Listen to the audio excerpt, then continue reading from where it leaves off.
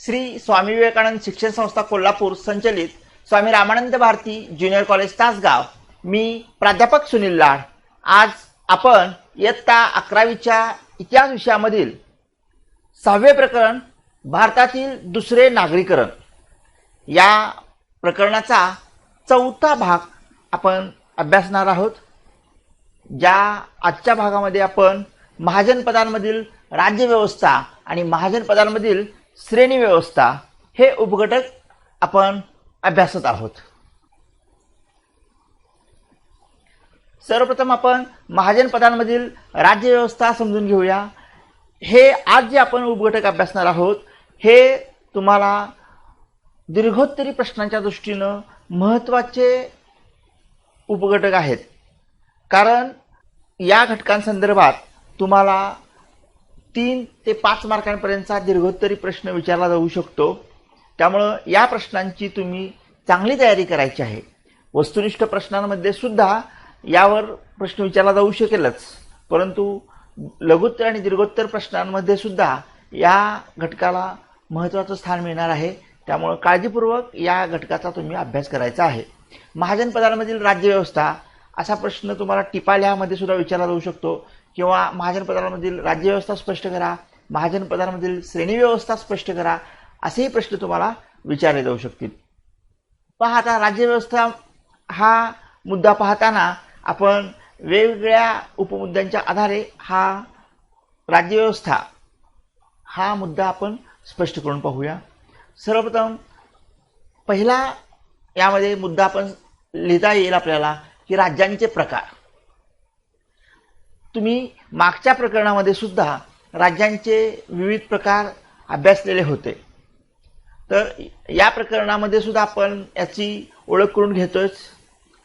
राज्य, स्वराज्य, भौज्य, वैराज्य, महाराज्य, साम्राज्य आणि पारमेष्ठ्य असे राज्यांचे प्रकार आपण 5व्या प्रकरणामध्ये अभ्यासले।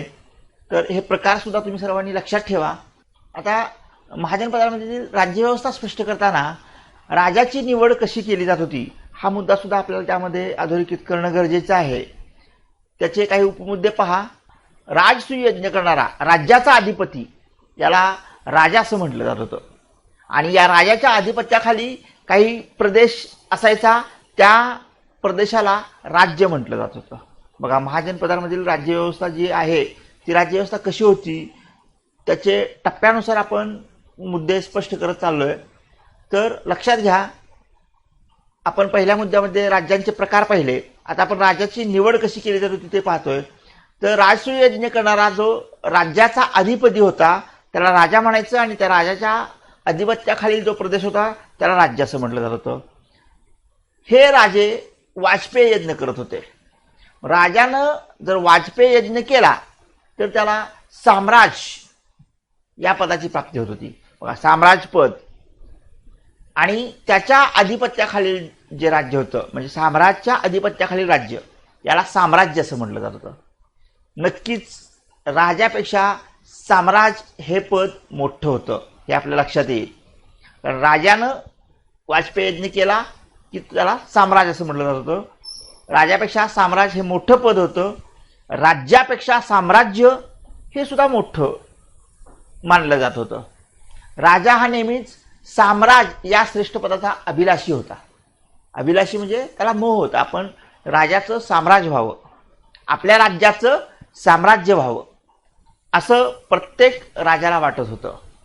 म्हणजे साम्राज्य हे पद राजापेक्षा वरिष्ठ दर्जाचं पद होतं, आणि राजा हे पद कनिष्ठ होतं, हे सर्वांच्या लक्षात येईलच। त्यानंतर राजा हा क्षत्रिय असावा आणि ब्राह्मणाने राजपद ग्रहण करू नये असा संकेत होता। बघा, राजा हा क्षत्रिय आणि ब्राह्मण जे होते त्यांनी राजपद ग्रहण करायचं नाही असा एक संकेत होता। याला काही राजे अपवाद देखील होते बरं का, परंतु संकेत असा होता की क्षत्रिय व्यक्तींनीच राजा व्हायचं। आता आपण राजाची निवड हा मुद्दा अभ्यासायला लागलोय, त्यावेळेला आपल्याला हे लक्षात येईल की आता हा जो 5वा उपमुद्दा आपण पाहतोय की राजपद हे बहुधा वंशपरंपरेने मिळत असे. म्हणजे राजाच्याच मुलाला, राजाच्या नंतर त्याचा मुलगाच हा राजा निवडला जात असे. म्हणजे वंश परंपरागत पद होतं हे राजपद पद. काही वेळा मात्र राजा लोकांकडून निवडला जात असे. बघा, म्हणजे मुख्यतः राजपद हे वंश परंपरागत होतं, मात्र काही वेळेला राजा हा लोकांकडून निवडला जाई. राजाच्या ज्येष्ठ पत्नीला राजमहिषी म्हटले जाई. राजाची जी ज्येष्ठ पत्नी होती तिला राजमहिषी म्हणायचं, आणि राजाबरोबरच या ज्येष्ठ पत्नीचा, राजमहिषीचा राज्याभिषेक केला जात असे. आपले सार्वभौमत्व सिद्ध करण्यासाठी राजा अश्वमेध यज्ञ करत असे. आता हे प्रश्न जे आहेत ना, हे तुम्हाला वस्तुनिष्ठ प्रश्नांच्या अनुषंगानं लक्षात घेणं गरजेचे आहेत. कारण मी तुम्हाला काही शब्दांना वेगळ्या कलरमध्ये हायलाईट केलेलं आहे.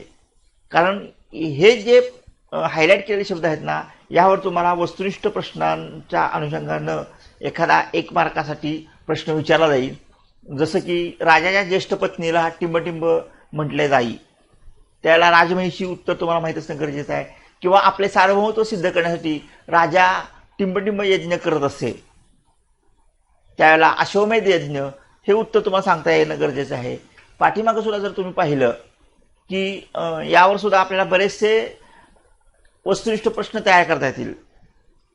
राजाने वाजपेयी यज्ञ केल्यानंतर त्याला टिंबटिंब पद प्राप्त होत असे, साम्राजपद. किंवा राजा हा नेहमीच टिंबटिंब या श्रेष्ठ पदाचा अभिलाषी होता, त्यावेळेला साम्राज या श्रेष्ठ पदाचा अभिलाषी होता. अशी उत्तरं तुम्हाला देता येणं गरजेचे आहेत. काही तुम्हाला मी ज्या नोट्स देतोय ना, त्या नोट्स तुम्ही नोंद करत चला तुमच्या वहीमध्ये, म्हणजे तुम्हाला याचा अभ्यास करणं सोयीचं होणार आहे. पहा, आता पुढं हे पण तुम्ही पाहिलं की राजा हा क्षत्रिय असावा असा संकेत होता, परंतु कधी कधी त्याला अपवादही काही राजे ठरलेले आहेत. महाजन पदांमधील राज्यव्यवस्था पाहताना आता आपण तिसरा मुद्दा त्यातला पाहतोय की राजाचे अधिकार. राजाला कोणकोणते अधिकार होते? राजाला आपल्या प्रजेवर संपूर्ण अधिकार प्राप्त होत असे.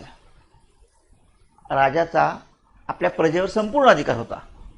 प्रजेकडून किती कर वसूल करायचा हे ठरवण्याचा अधिकार राजाचा असे. म्हणजे राजाला किती श्रेष्ठ स्थान होतं हे तुम्हा सर्वांच्या लक्षात येईल. प्रजेकडून कर वसूल करण्याचा आणि तो किती प्रमाणात वसूल करायचा हे सुद्धा राजा ठरवत असे. राजा स्वतःच्या इच्छेने राज्याचा कोणताही भूभाग दान करू शकत असे. राजाचे हे जे अधिकार आहेत ना, हे सर्वांनी लक्षात ठेवा. तुम्हाला लघुत्तरी किंवा दीर्घोत्तरी प्रश्नांमध्ये राज्यव्यवस्थेच्या अनुषंगाने प्रश्न नक्की विचारला जाईल, तर तुम्ही हे व्यवस्थितपणे तुमच्या वहीमध्ये नोंद करून घ्या. पुढचा मुद्दा आहे आपला निर्णय प्रक्रिया. महाजन पदांमधील राज्यव्यवस्था आपण अभ्यासतोय. राज्यव्यवस्था अभ्यासताना आपण काय काय पाहिलेलं आहे बघा. पहिल्यांदा आपण अभ्यासलं की राज्यांचे प्रकार, हा एक मुद्दा आपल्याला घ्यायचा आहे. त्यानंतर राजाची निवड, त्यानंतर तिसरा मुद्दा आहे राजाचे अधिकार, आणि चौथा मुद्दा आता आपण अभ्यासतोय निर्णय प्रक्रिया. पुरोहित, सेनानी, अमात्य, ग्रामणी इत्यादींच्या सल्ल्याने राजा निर्णय घेत असे. राजा हा स्वतःच्या मनाला येईल तसा मनमानी कारभार नसे. पहा, राजा निर्णय घेताना कुणाकुणाचे सहाय्य घेत होता हे तुमच्या सर्वांच्या लक्षात येईल. पुरोहित, सेनानी, अमात्य, ग्रामणी असे राजाला मदत करणारे काही अधिकारी होते. त्यांच्या सल्ल्यानं राजा निर्णय घेत होता. जनांची समिती आणि परिषद भरवून निर्णय घेतले जात. बघा, जनांची समिती, जन म्हणजे कोण? लोक. लोकांची एक समिती होती. ती समिती किंवा परिषद भरवली जात असे, आणि त्या परिषदेमध्ये जो निर्णय सर्वानुमते मान्य होईल तो निर्णय अंमलात आणला जात असे. त्यानंतर समिती व परिषद राजाला पदावरून दूर करण्याचा निर्णय घेऊ शकत असे. म्हणजे या समितीला, जनांची समिती आणि जी परिषद होती त्या परिषदेला किती मोठा अधिकार होता पहा. राजाला सुद्धा पदावरून दूर केलं जात असे.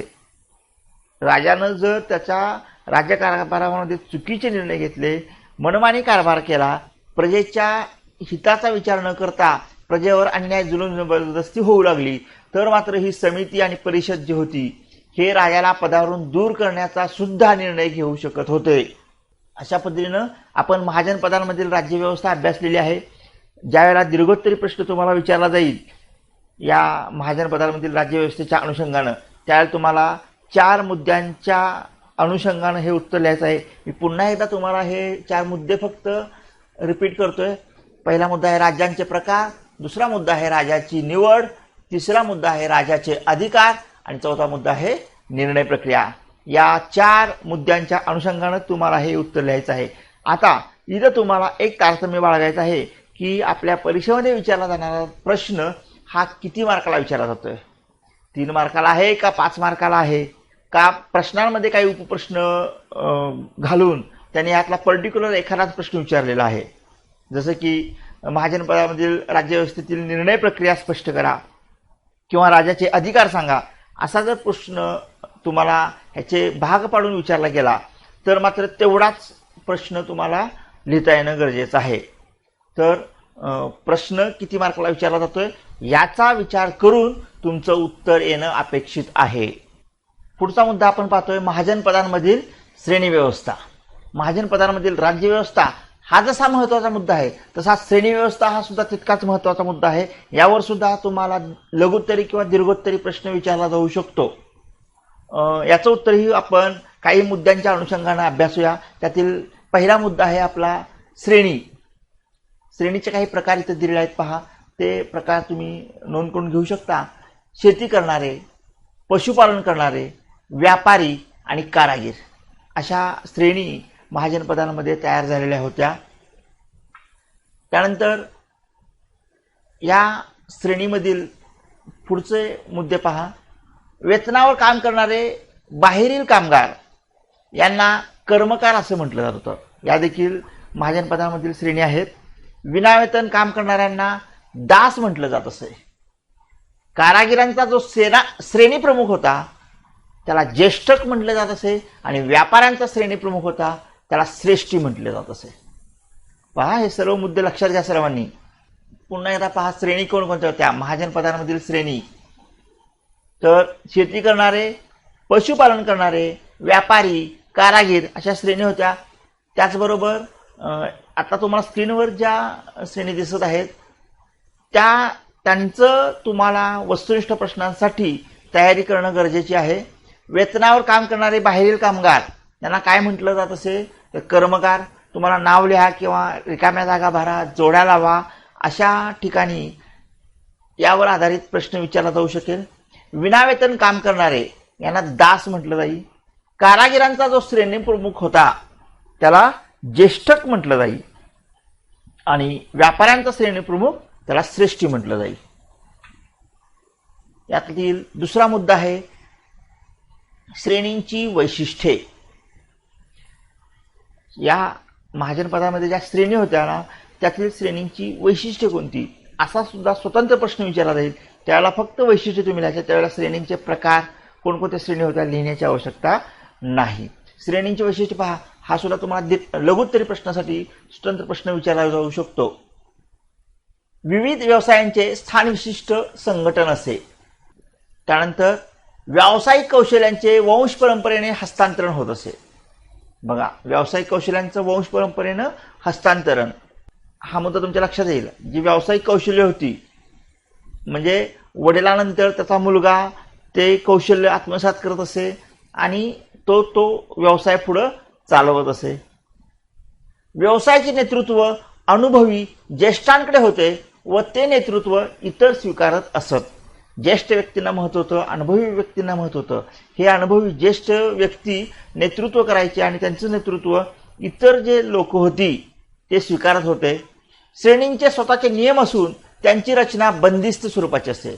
बंदिस्त हा शब्द या ठिकाणी महत्त्वाचा आहे कारण या श्रेणींमध्ये स्वतःचे जे नियम होते आणि त्यामध्ये त्यांच्यातच फक्त तो व्यवसाय केला जात होता.